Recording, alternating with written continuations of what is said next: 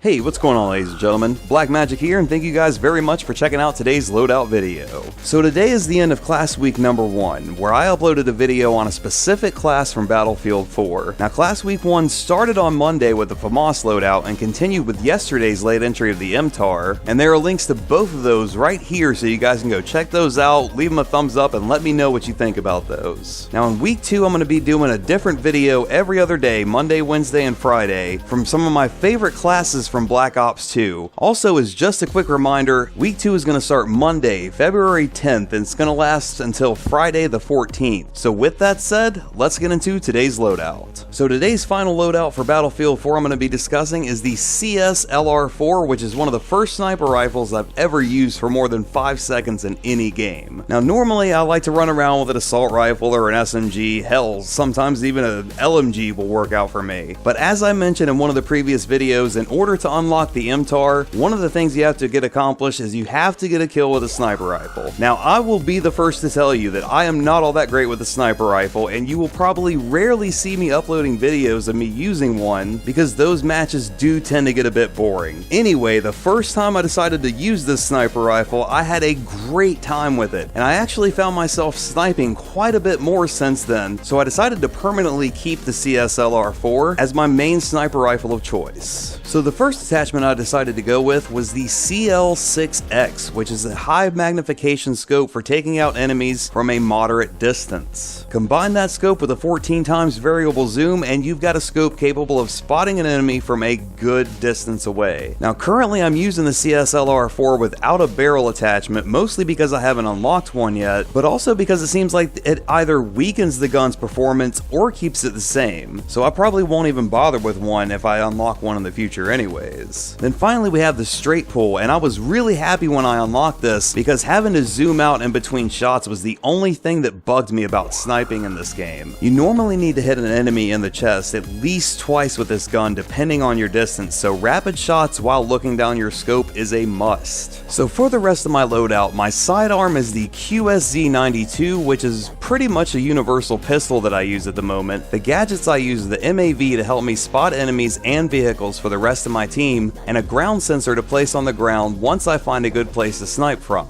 Now trust me, these gadgets work really well together considering that you've got your own personal bubble protected while spotting people that are on the opposite side of the map. Finally, the field upgrade that I use is, well, you guessed it, sniper. Now with the sniper field upgrade, you can actually hold your breath and steady your gun longer, decrease the amount of incoming suppression, reduce the time you're spotted by 2 seconds, and then increase the time your targets are spotted by 45%.